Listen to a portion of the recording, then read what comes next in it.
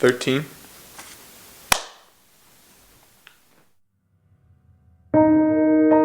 Chris Williams, CHRIS WILLIAMS. On February 9th, 2007, my family was hit by a drunk teenage driver, and killed in that accident was my wife, Michelle, who was expecting our 5th child, and then my second oldest son, Benjamin, and my only daughter, Anna.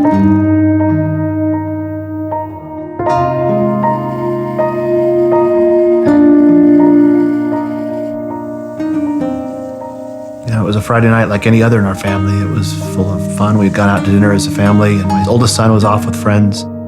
I saw a pair of headlights coming at me at incredibly fast rate of speed, so as I tried to do some maneuvers to get out of the way, it was too late. We were hit broadside or T-boned. As I surveyed the scene and saw my wife, I saw her chest go down and her last breath leave her body, and I wanted to cry out for her to come back.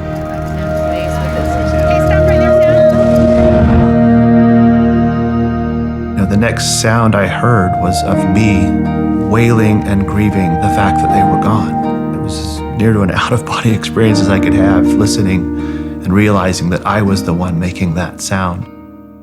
I've never felt so vulnerable in my life. I've never felt so crushed, spiritually, emotionally, and physically. If you have a teenager out past midnight, you don't like to receive a call. I got up and took the phone, and on the other end of the line, a man identified himself as being from the Salt Lake City Police Department. Told us that he had our son Cameron, told us that Cameron was intoxicated, that he'd been in an accident, but he was okay. Then he told us as a result of the accident that 3 people had been killed.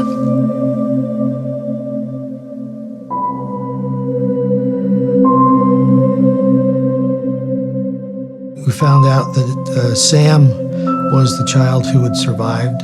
So we went up to the University Hospital where Chris's family were there. Even at that moment, we're all blubbering and crying, and Chris is laying on the gurney in a neck brace. And one of the first things he asks is, how was the young man who was driving the other car? For the first few months after the accident, I think it was just the initial shock that such a huge part of my life was now gone. And that's a very difficult thing to go through, to kneel down and desire to speak to my Father in heaven when I'm so lonely or when I'm so anguished. It's an interesting conversation to have.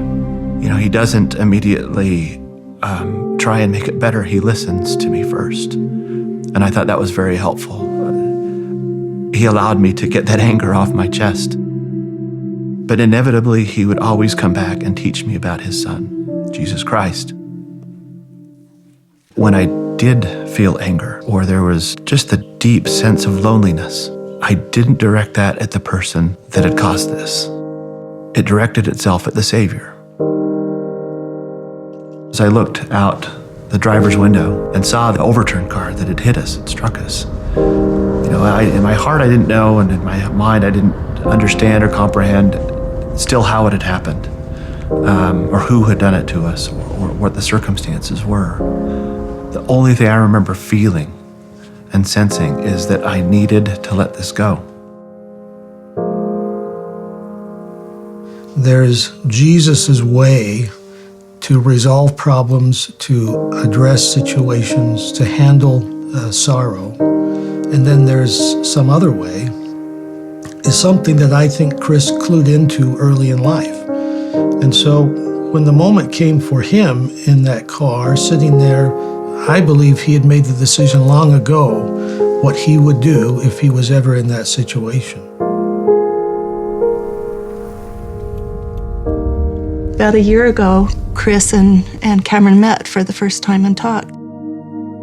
The first time that I met him, I was in a room and he walked in and he had a big smile on his face.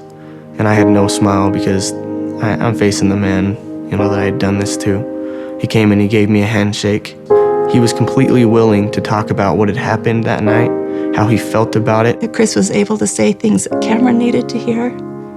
And he didn't mince words. He let him know how he was feeling, what it meant. He wants me to let go of what had happened. He wants me to pick a date and forget what had happened, just move on from what had happened completely. There's no way to explain it.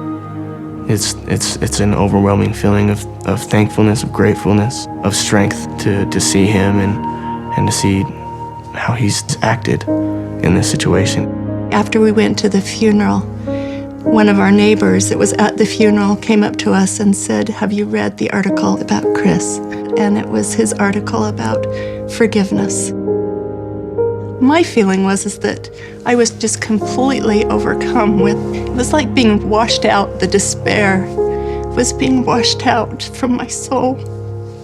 And knowing that somebody like that could so freely forgive, it was freeing to me to know that he could respond in that fashion. The thought and sentiment I expressed as I sat down with Cameron was simply this, that if through the forgiveness or through anything else he had seen or heard about me doing after the accident, that he should know it was merely the Savior working through me. I had merely put myself in a situation to be a vessel through which the Spirit, through which his example, through which his knowledge, his intelligence, his brilliance could shine. That's really all I had to do, was to not get in the way of that. I wanted him to understand that I really didn't have much to do with any of the goodness that has come out of that. It's become more significant to me, the fact that he had forgiven me. And I know that's because he knows and he has a testimony and a relationship with Jesus Christ. I'm grateful that God allows tragedies and trials to occur in our lives. Not because they're easy or because they're desired, but because they help us love. And that too was a wonderful blessing because I saw my brother.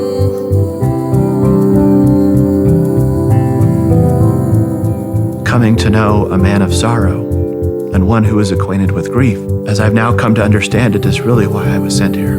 And it has been incredibly difficult to have to learn those lessons in the way that I've learned them. But I've always ended those episodes of grief with an assurance and a hope that one day, perhaps I will see him as he is.